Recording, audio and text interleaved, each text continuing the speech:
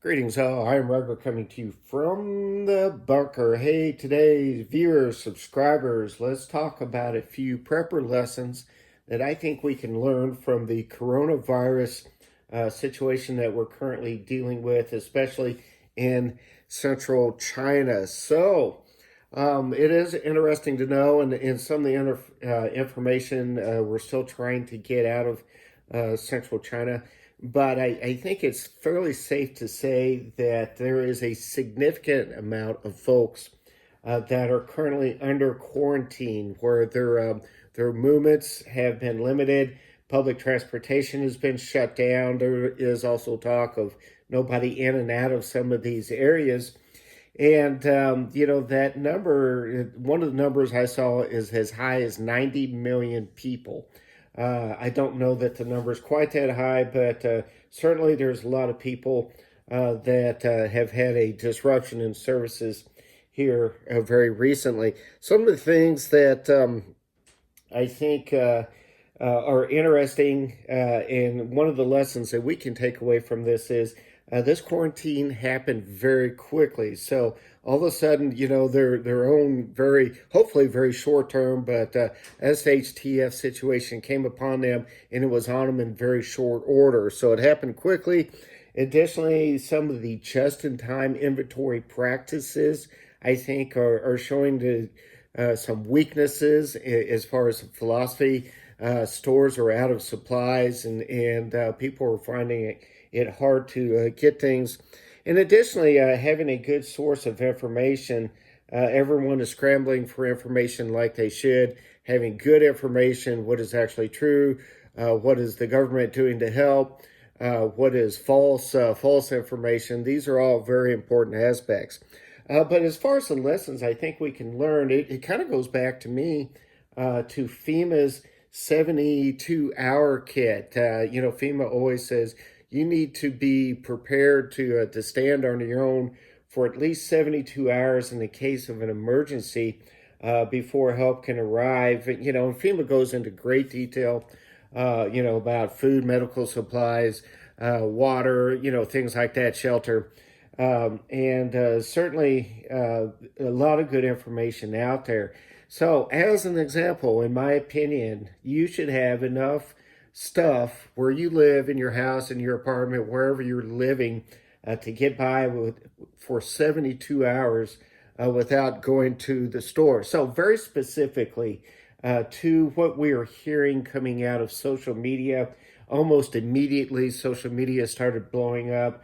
People essentially asking for help. Hey, I am out of food. I am out of medical supplies.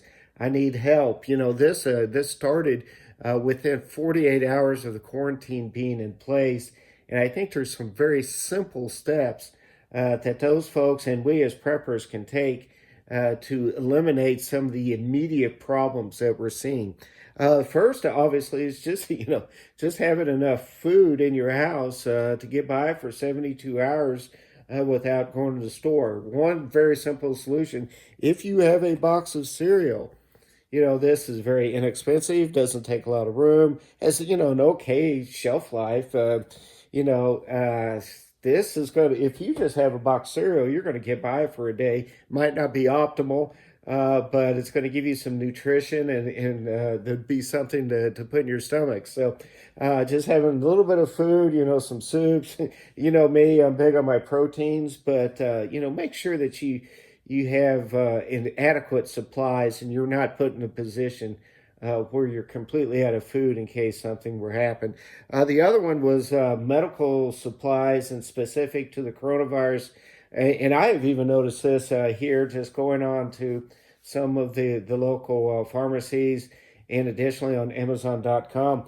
Things like, I call these surgical masks or medical masks. These are rapidly selling out. They're selling out at the local pharmacies.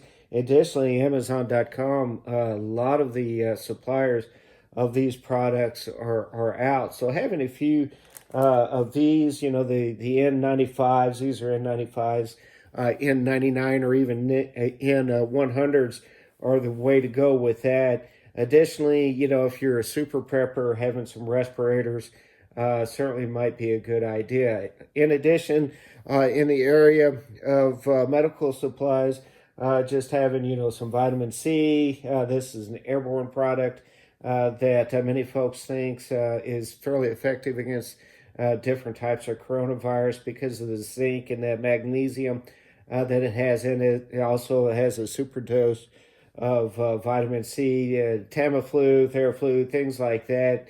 Having just adequate medical supplies. In addition, don't let your personal medications run super low. So if you have diabetes, high blood pressure, heart medicine, who knows what it is, make sure that, I know that sometimes the doctors and pharmacies don't allow you to stockpile that, but make sure that you've got an adequate supply to get by for a few days, a week, in case the pharmacies are shut down. The other big thing that we're hearing a lot about is just personal hygiene items. And in this case, hand sanitizer, having that on hand, plenty of hand soap. The number one prevention for different types of coronavirus is simply, and also for the flu, influenza, is simply just washing your hands. We do not know this, or at least I do not know this for a fact, but one of the ways it appears that this virus spread and other coronaviruses spread is simply through, close personal contact. Coughing and sneezing will spread the virus, and then touching items with the virus on it. So like doorknobs, the stairs, walking up and downstairs and putting your hands on the railings, just things like that. Washing your hands often is a pretty good idea. Obviously, having enough personal hygiene items, such as toilet paper, paper towels, and something I don't have here is like the Clorox or the alcohol wipes where you can sterilize surfaces. All these things are a very good idea. Again, one of the takeaways for me is the fact that this quarantine situation came upon a significant number of people very quickly. Just-in-time inventory does have some weaknesses, and making sure that we are getting adequate information and good information in a timely manner seems to be very important, especially for the people in the quarantine area. Viewers, subscribers, I am Ruger coming to you from the bunker. Please tell me what I've done well here, what I can do better. Leave your comments down below. And as always, let's be careful out there.